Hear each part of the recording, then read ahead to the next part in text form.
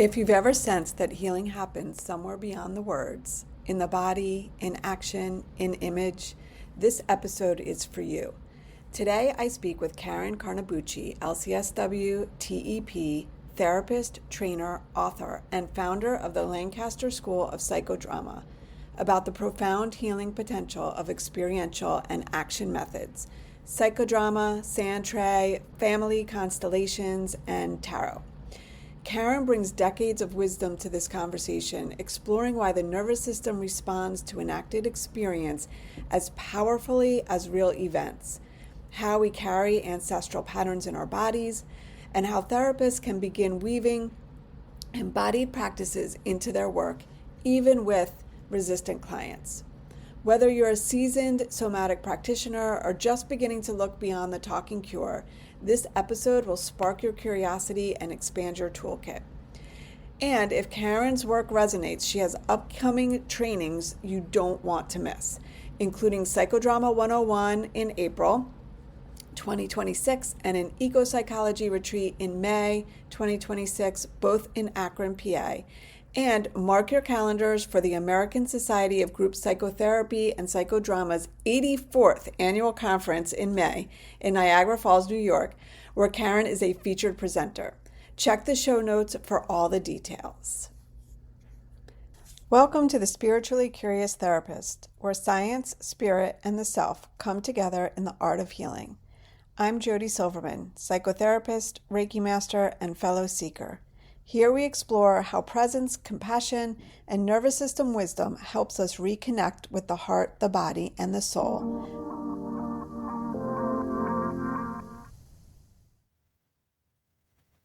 Hello, and welcome back to the Spiritually Curious Therapist. Today we have with us Karen Carnabucci, LCSW-TEP. Karen is a trainer, teacher, and founder of the Lancaster School of Psychodrama and Experiential Psychotherapies in Lancaster, Pennsylvania. Her retreat-style trainings focus on teaching psychotherapists, coaches, educators, and other helping and healing professionals how to create sessions that are enlivened with authentic human connection, spontaneity, creativity, and sensitivity. Karen is the author of Show and Tell Psychodrama, Skills for Therapists, Coaches, Teachers, Leaders, and co-author of Integrating Psychodrama and Systemic Constellations, New Directions with Action Methods, Mind-Body Therapies, and Energy Healing with Ronald Anderson, and Healing Eating Disorders with Psychodrama and Other Action Methods, Behind the Silence and the Fury with Linda Ciatola. Did I pronounce that correctly? Most recently, she assisted in the writing of Words of the Daughter, a memoir with Regina Moreno, the daughter of J.L. Moreno, who is the originator of psychodrama, and Florence Bridge Moreno. A working psychotherapist in a variety of settings since 1989, she now also offers clinical supervision and consultation, along with selling Santre miniatures. She has a particular interest in expanding creativity and spontaneity, the use of embodiment as a way of deep learning and understanding, and social change. Welcome, Karen. Thank you, Jody. So excited to have you here. Karen and I were talking right before we hit record. I actually had taken some of Karen's trainings during the pandemic and attended. Are you still doing the Tea for Tarot? I am not doing that right now. I'm having a couple of pop-up tarot classes now and then. And then I actually will be having a 2-day retreat here in Lancaster on the tarot. 2 days of tarot. 2 days of tarot. That's so exciting. Yes. So Karen at one point in time was doing these Tea for Tarots, which were just, I think they were like an hour and a half long drop-ins where we worked with the tarot cards, and it was just such an amazing experience. So I am very happy to have you here, Karen, and excited to hear about your journey and all the things that you are doing in the world. So maybe we can just start there. Tell us a little bit about you and how you came to be in this ecosystem of all of these wonderful practices. Well, I'll start by telling you that I wasn't always the therapist. I'm actually a career changer, and my first career was being a journalist for a daily newspaper, actually a couple of different daily newspapers through the years. And in the process of interviewing people, getting out in the world, writing a lot about mental health and health in general and creativity and interviewing artists because I happen to like art, I stumbled across experiential therapies, which was quite a curiosity for me because I thought that to be a therapist meant that you had to be really good at talking and really good at thinking. I know how to talk and I know how to think. But it seemed like therapy was in some ways boring, in some ways for other people, in some ways for a very particular kind of person who had put creativity to the side and worked with ideas. Yes, I really appreciate what you're saying because I think a lot of people do have that concept of what therapy is. Yes. The phrase talk about it, you should talk about it with someone. Yeah. Figure it out. You should get to the bottom of what's bothering you. And so many times, and by the way, talk therapy is helpful, and I've had some myself, but so many times we cannot reach that solution through talking alone. And so when I discovered that there were other ways of working with people, creative ways of working with people, creative ways of working with ourselves that could change us and transform us, I became really interested in what that all meant. And then I made it my job to go find out and what it meant to be a different kind of therapist.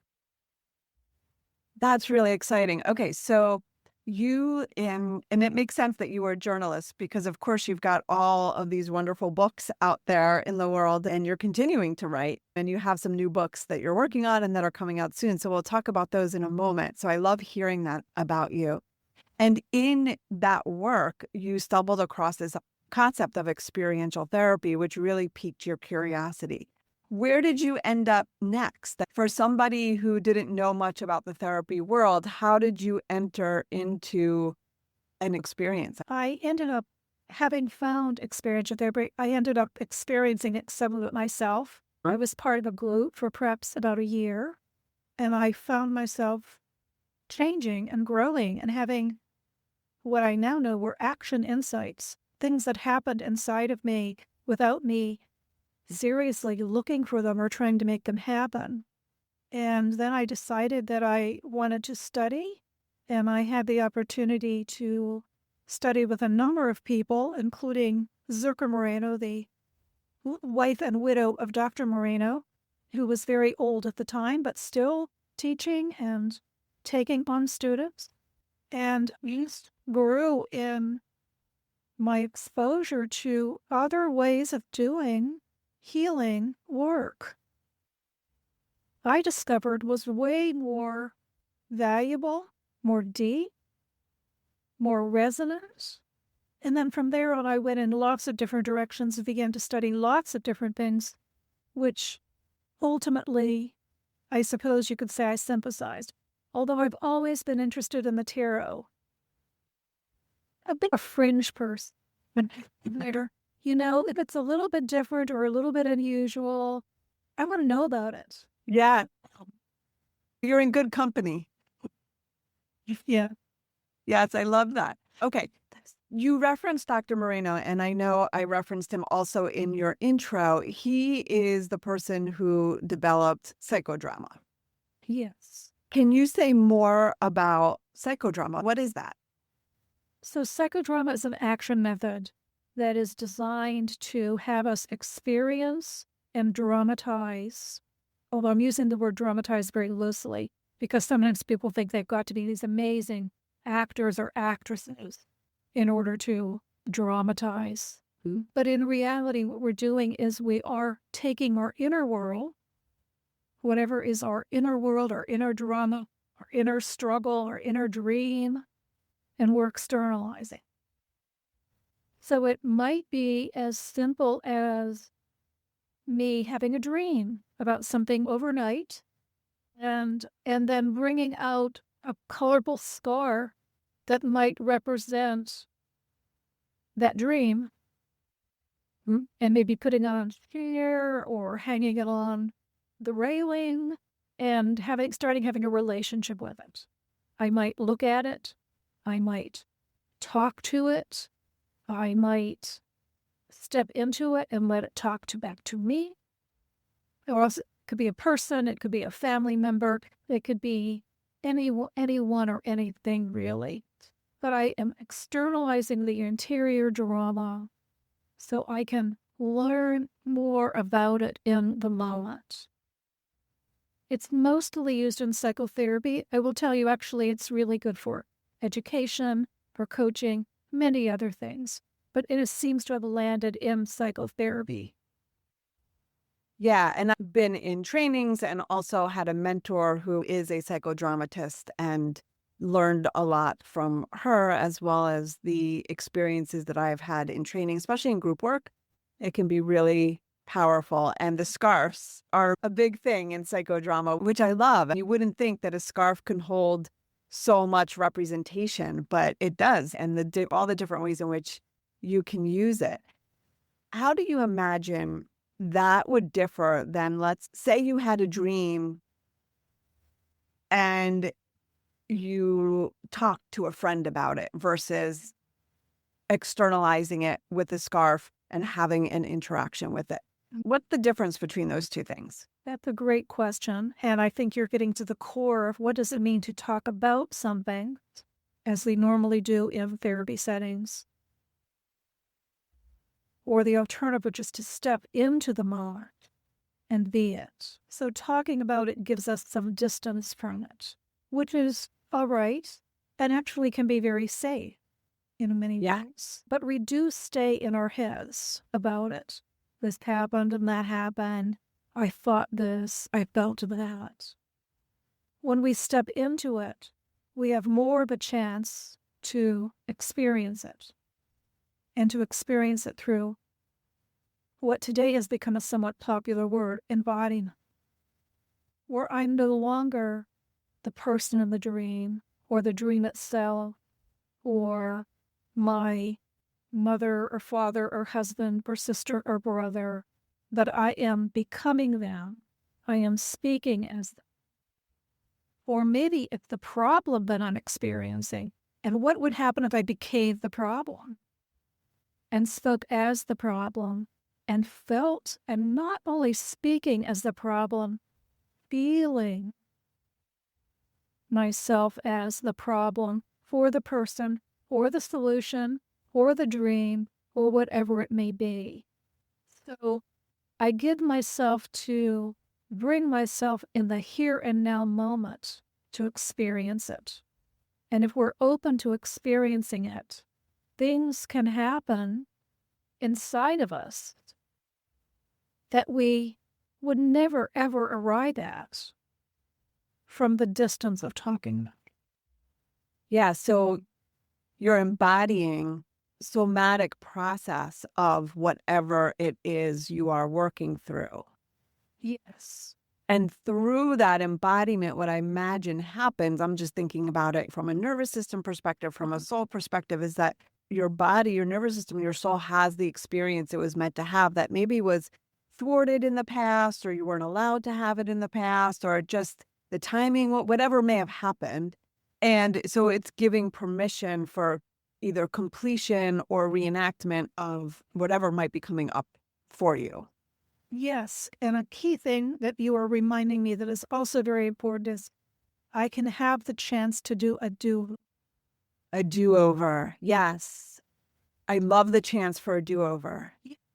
You know, that thing that you wanted to say, but you didn't get a chance to say it because you didn't think of it fast enough. Or that person that you never had a chance to say goodbye to when they moved out of town or died. Sometimes, many times that's okay. Get it, or saying what you wish you could have, doing what you wish you could have done. We can do these on the psychodrama stage. We can do these in enactment and let it all play out. And definitely affects the nervous system and that wished for ending. Traps we did not get. Yes. And what keeps playing in my mind is some of my more cynical, let's say, clients or people in my world who might say, but it's not real. That's not what really happened. How would you respond to that from the perspective of psychodrama? Yes, fabulous question, and one that I have been asked to actual client people. So our nervous system really does not know the difference between in the therapy space or out on the street in the real world. The nervous system will respond. And in psychodrama, we have a very important part about pre-enactment. We call warm-up. So if I'm a really good practitioner of psychodrama, I'm not just going to ask you, hey, Jody, let's do this. The pillow on that chair, it's your mom. Talk to your mom. Can be a little startling, right? So in psychodrama, we have a very important part of the process known as warm-up, where we build readiness or the enactment, whatever the enactment is. And it might be something as simple as literally walking across a room or moving to another chair or looking at a photo or speaking from the photo or whatever it can be. We are then warmed up and ready to enter in to this altered state of reality, a safe altered state of reality. So our nervous system is ready and enters that scene as if it were real, which it is real. Yeah. In a protected, safe space. Yes. And I think that's so important for people to hear and really pause and take in that our nervous system does not know the difference between what actually is happening and what we imagine to be happening or what we're playing through. And that's how children learn, is through play, right? And yes, it doesn't change for us as adults necessarily. We lose, I don't say we lose most of us lose the desire or the inclination or the urge to play. But I've also learned that playing is really important for us throughout the lifespan because it does give us the opportunity to be who we want to be or to reenact things that maybe didn't play out the way we wanted them to. And it can be such a powerful experience. yes, exactly. And so I have a question about that now that I said that out loud. And so I'm imagining, since you sell sand tray figurines, do you also do sand tray? I do. I've done it for years with adults, by the way. It's usually thought of as a modality for children. Yes. But I have found that working with adults is fantastic with sand tray. Some of it is perhaps ideal for people that aren't ready to get up and move around the room or dance with a scarf or whatever. It can be happening very easily in one-to-one sessions. And because it's small, we create the scene in the sand. So we have our whole drama being played out in a tray or sometimes a table. It doesn't always have to have sand. But we can set up the drama. We can move our figures around. We can have one talk to another. We can create a new scene, maybe that wished-for scene, or try out a couple of different scenes. Scene 1, scene 2, scene 3. So it's a very wonderful way of working with people. And be imaginative and be playful. And it can also go very deep as well. Absolutely. Yeah, I was thinking about that when we were talking about play and playing out scenes and how accessible sand tray can be for some people who may be a little bit shy, at least at first, at actually acting something out full body. It's just such a wonderful medium for that. Yes. And one thing you can do in sand tray work, you can have the person picks a figure of maybe a figure that represents themselves or a figure that represents someone else who's important in the world. They can even take the posture of the figure, maybe just from their chair. They're introducing their body, they're introducing embodiment, but it may feel a little more doable than perhaps standing up. And of course, the sand tray figures become the group. So if you're working one-to-one, you still have a group. They just happen to be little objects. Yes, I love that. It's just so powerful. I'm curious about, so as I'm like imagining all of this and getting really excited about it, I'm also thinking about some of my own clients who really are somewhat resistant to the embodied work because they, like you started with, they come to therapy with the, even though they know I might do somatic work, they're still coming with the expectation that they're going to be able to talk and process and they want to report. It's a lot of reporting. And so how do you help people come back to these embodied practices? A couple of things. I'm actually going to be teaching a class on the body I think in May, so I'm warming up to it myself already.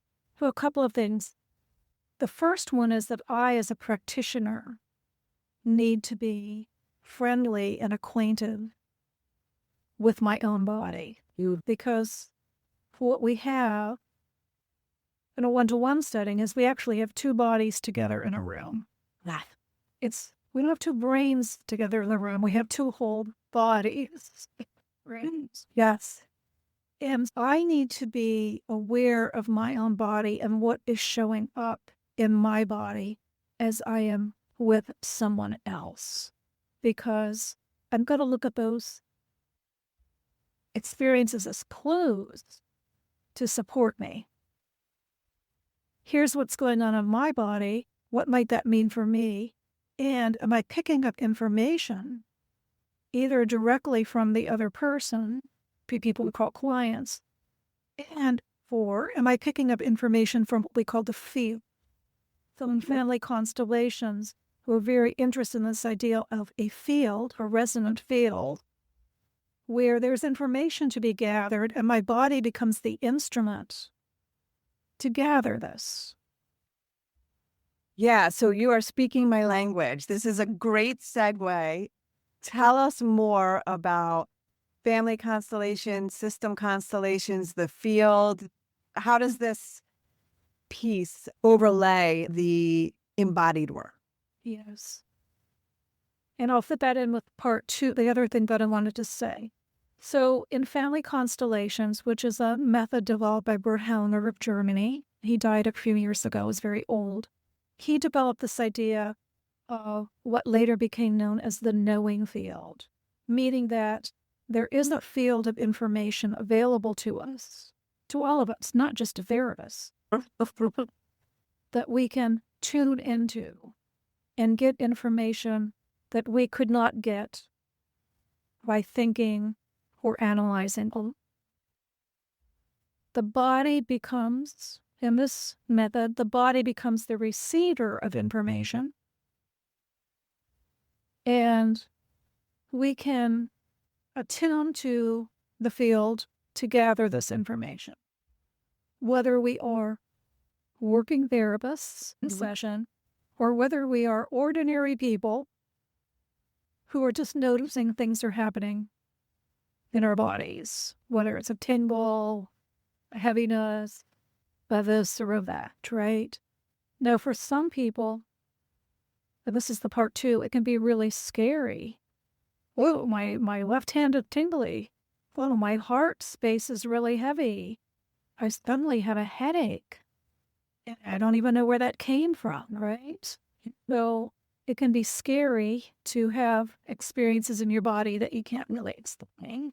You might try to explain them like, I slept on my right side last night and I think I might have crushed my ear a little bit, or I got some arthritis there and my knee's a little wonky, or what. Those things happen, of course, but what if we looked at those things a little differently and said, I'm picking up some information that's really valuable. I'm picking up information from perhaps a grandmother that had arthritis. Me today.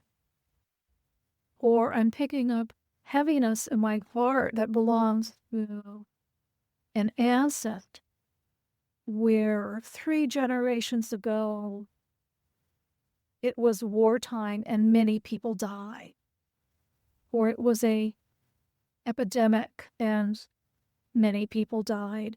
And so that thing that I might call heart heaviness, that thing that maybe the psychiatric world might call depression, what if that was actually pain that traveled down from the generations that never got resolved, but lives with us today? And so in the world of family constellations, meaning grouping, we become really interested in what am I carrying from a previous generation?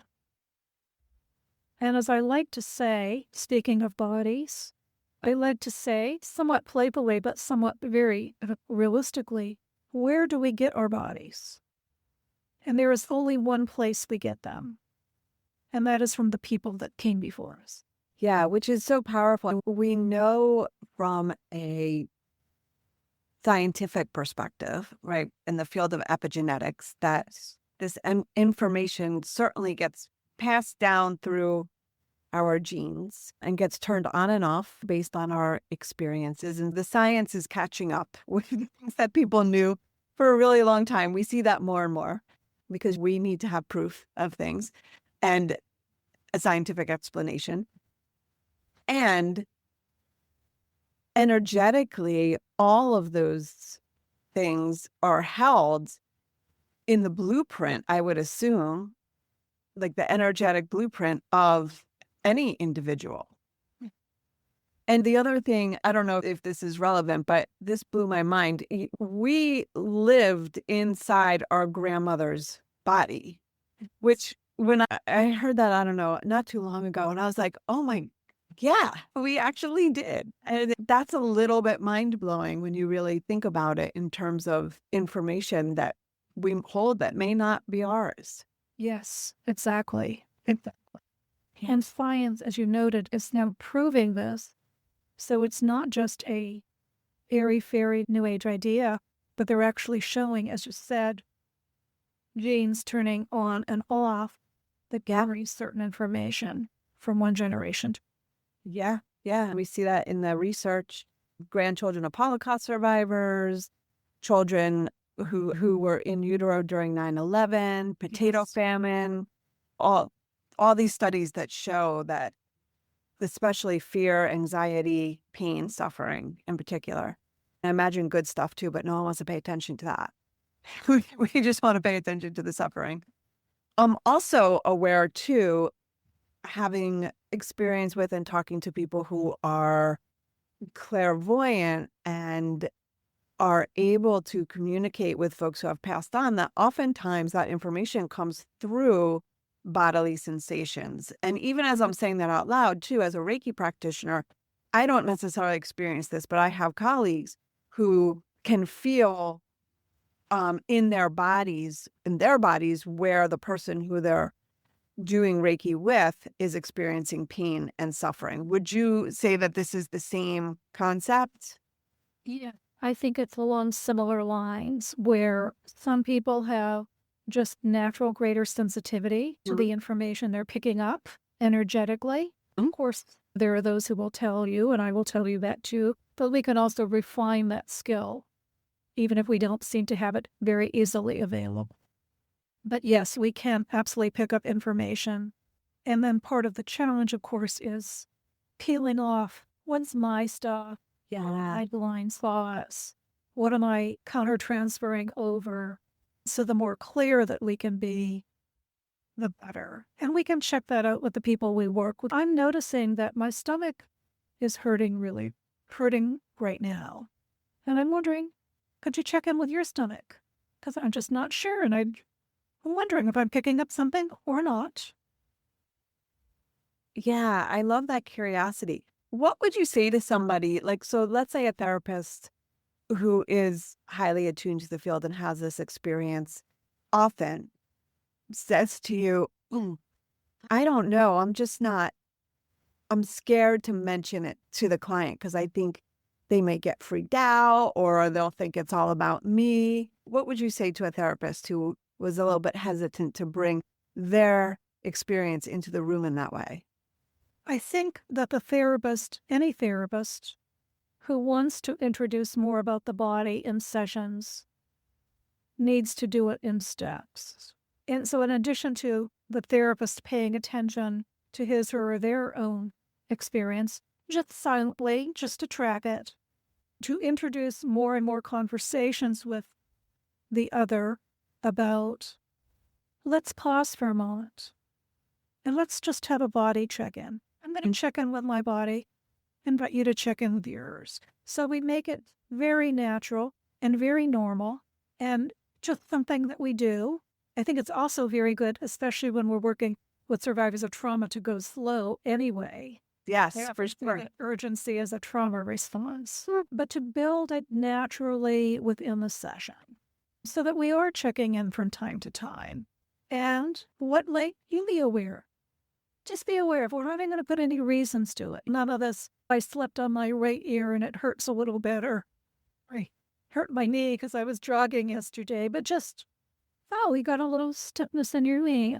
And so to make it very neutral, it has to mean something, or we've got to figure out the answer to it immediately. And so I think in that way we can build a greater attention to the body in general, not only in the therapy space, but outside, where the person begins to notice your body experience without having to immediately attach meaning to it. Yeah. We so often want to make it mean something. We want to go upstairs to our thinking brain and figure it out, as opposed to, this is my experience of this moment.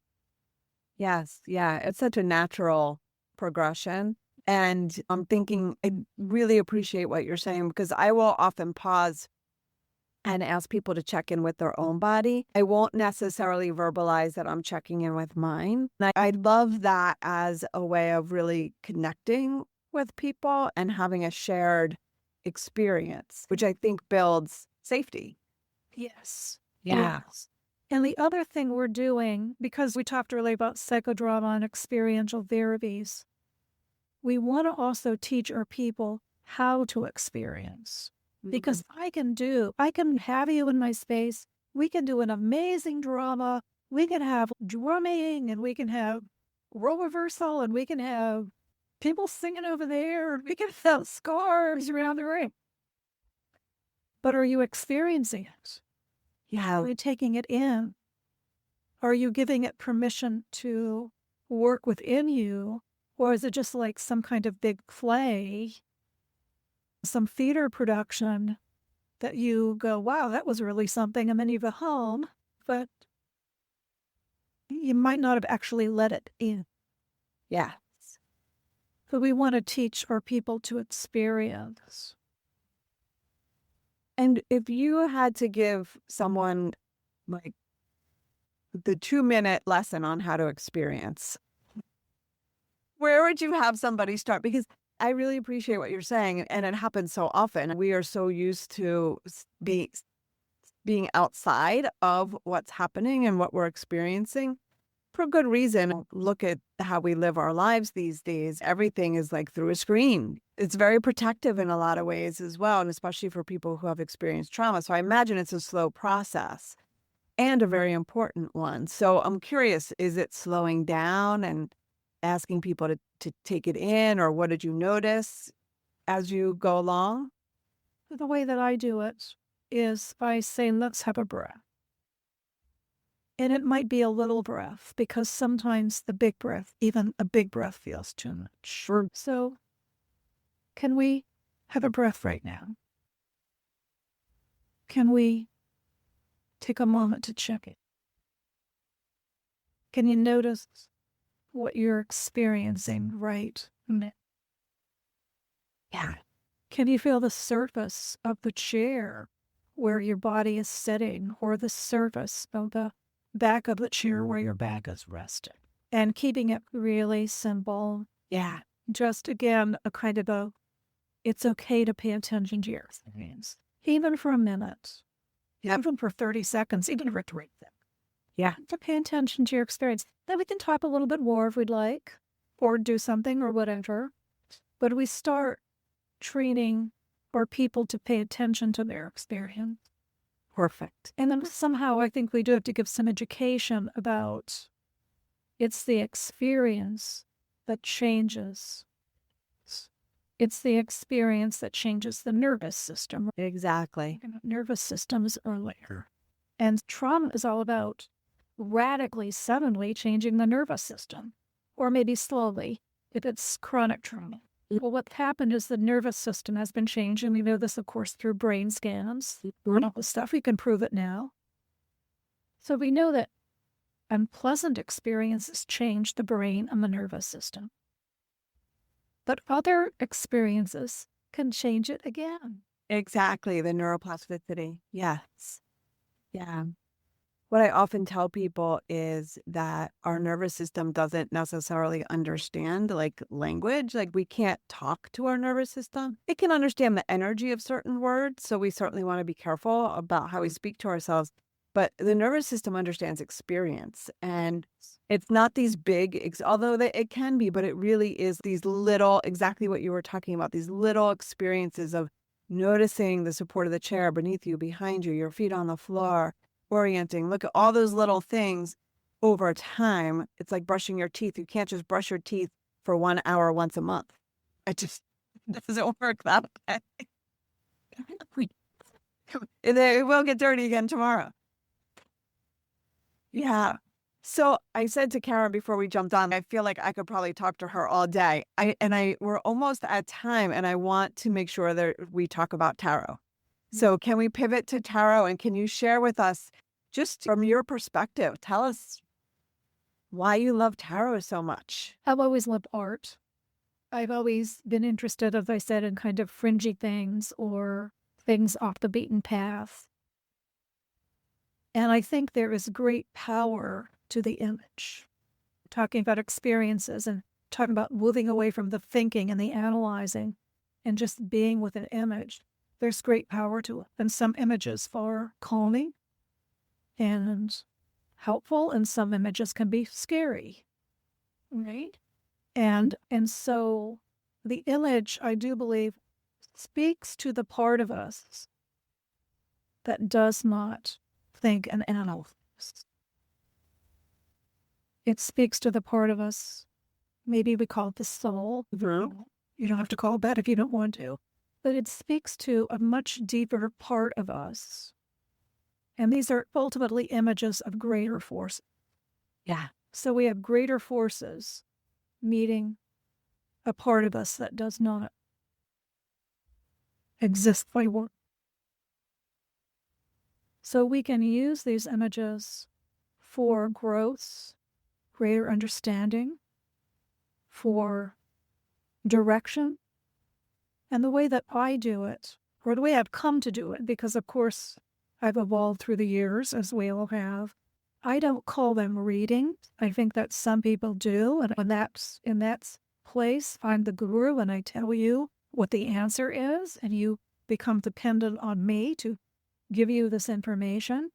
I'm much more interested in having you look at the image and the card that you might pick and really be with it and meditate with it and work with it in action, or work with it experientially, maybe in psychodrama, maybe with the attitude of constellating, maybe drawing it, maybe coloring it.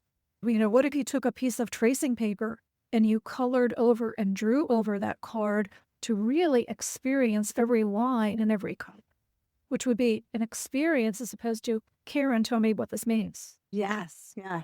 So I'm interested in having people find their own way, find their own path with it for their own well-being, their growth, their direction, their spiritual expansion, whatever they're looking for, because there's multiple uses.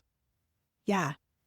And so what might that look like in a typical, I'll say typical because it sounds like your therapy sessions aren't typical in any way, shape, or form, which I love. But so in an experiential session, what I'm hearing is there's all sorts of different ways to use the cards, and whether somebody chooses one and then the two of you together decide what they want to do with it, or maybe you've already planned what's going to happen next. But it really is using the card as a way of connecting with that inner wisdom. Yes. And I should say, before I say more about what you just asked or said, some people are afraid of the tarot or don't like the tarot or have been taught certain things about the tarot. And in those cases, I don't use the tarot. I might use other kinds of cards, or I just might use pictures cut from magazines or greeting cards or what have you. So we're under no obligation to use the tarot. But for people who are interested in the tarot, there's so many ways, from the simplest to way more complicated. From the simplest, it might be someone comes in and says, I don't know what to talk about today. Which I really like hearing, because that means that they don't have an agenda and they're actually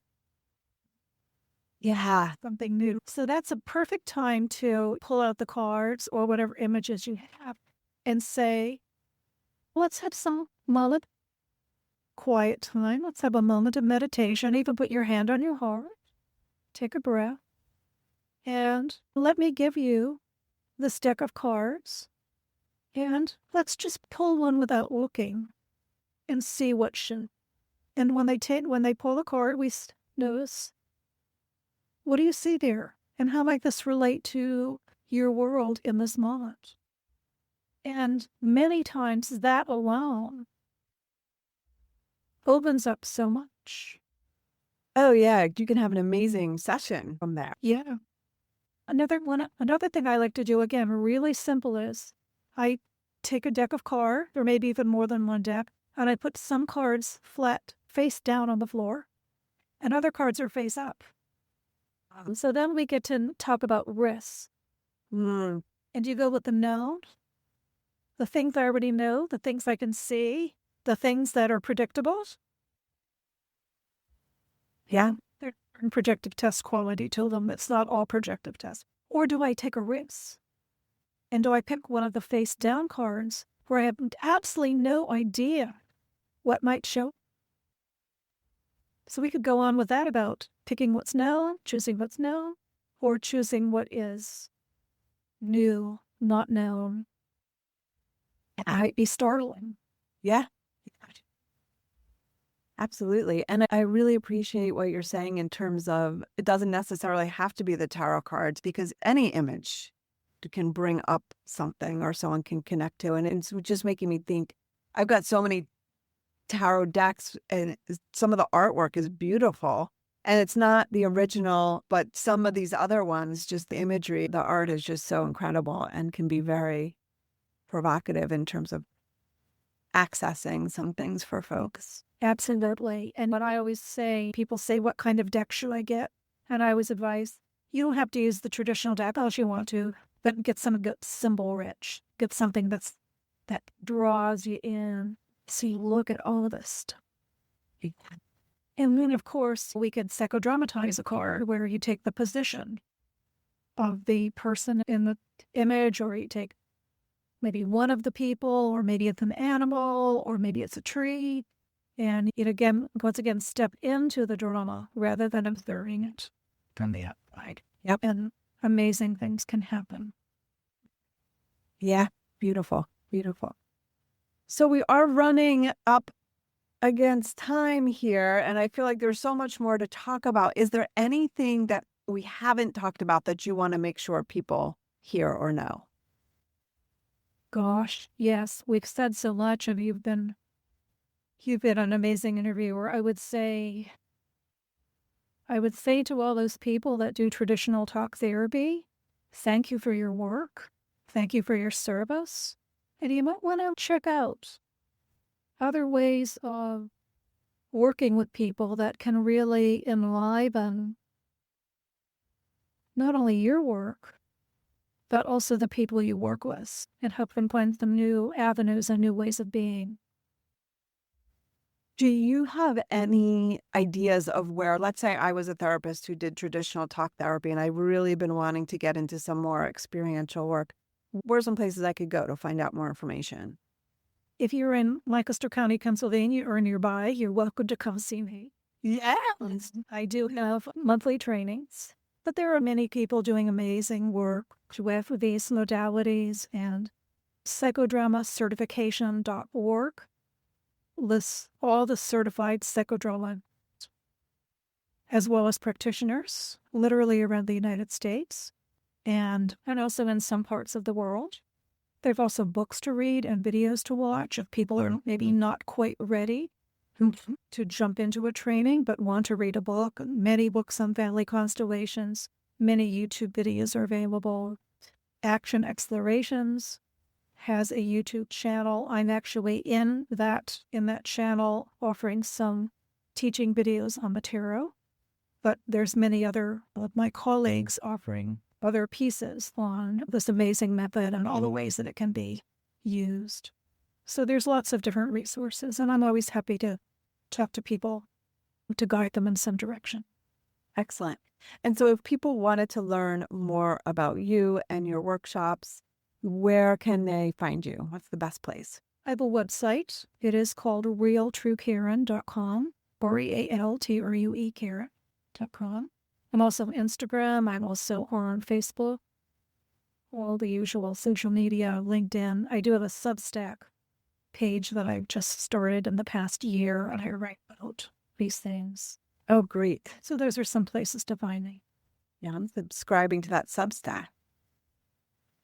Email newsletter that which people are welcome to subscribe to, and they can find them on my website. Perfect. And I'll put all of that information in the show notes so that it's easily accessible for folks. Thank you so much for taking the time to be here today, Karen. It was an absolute pleasure to be able to connect with you in this way. Wonderful to talk to you. Thank you.